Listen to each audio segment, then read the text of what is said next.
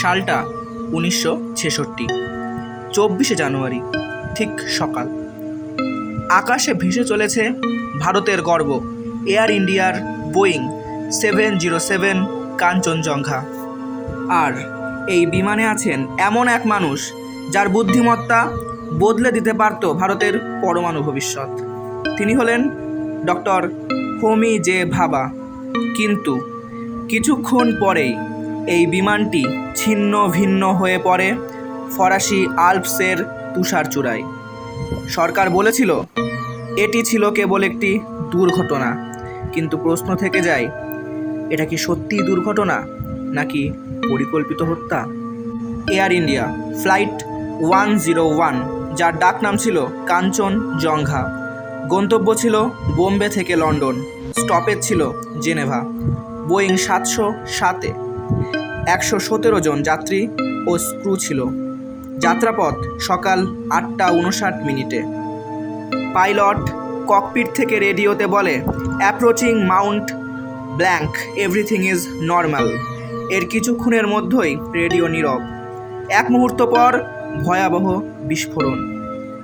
বিমানটি আঘাত করে মাউন্ট ব্ল্যাঙ্ক পর্বতের গায়ে এবং মুহূর্তেই 117 জনের মৃত্যু হয়। এই বিমানে ছিলেন ভারতের পরমাণু কর্মসূচির জনক ডক্টর হোমি জে ভাবা।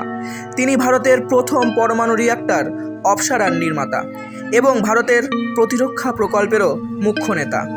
তার মৃত্যুর পর থেকেই ভারতের পরমাণু গবেষণা প্রায় 1 দশক পিছিয়ে যায়।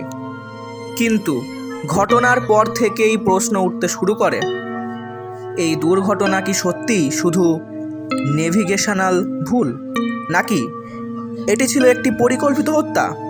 কিছু রিপোর্টে দাবি করা হয়েছিল ডক্টর ভাবা আমেরিকাকে না জানিয়ে ভারতের পরমাণু বোমা প্রকল্পে এগিয়ে যাচ্ছিলেন। তিনি এক সাক্ষাৎকারে বলেছিলেন, আমরা চাইলে 2 বছরের মধ্যে পারমাণবিক বোমা তৈরি করতে পারবো। এরপরেই ঘটে এই রহস্যজনক দুর্ঘটনা।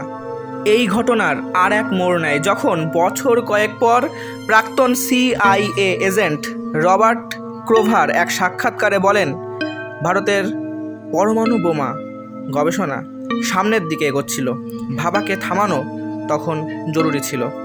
আবার সরকারি রিপোর্টে বলা হয় পাইলট ভুল উচ্চতায় নেমেছিলেন, যার কারণে বিমান পর্বতের সঙ্গে ধাক্কা খায়। কিন্তু আজও প্রশ্ন থেকে যায়, বিমান কেন যোগাযোগ বিচ্ছিন্ন করলো? কেন কোনো সিগন্যাল উদ্ধার হয়নি? আর কেন ভাবার গবেষণাগুলি তার মৃত্যুর পর প্রায় অচল হয়ে গেল? 60 বছর পেরিয়ে গেছে, তবুও উত্তর নেই। কাঞ্চনজঙ্ঘা দুর্ঘটনা কি শুধুই এক ট্র্যাজেডি, নাকি ভারতের ইতিহাসের সবচেয়ে বড় গোপন অপারেশন? আপনার মতে ডক্টর হোমি ভাবার মৃত্যু কি ছিল কাকতালীয় নাকি পরিকল্পিত হত্যা? কমেন্টে জানান আপনার মতামত।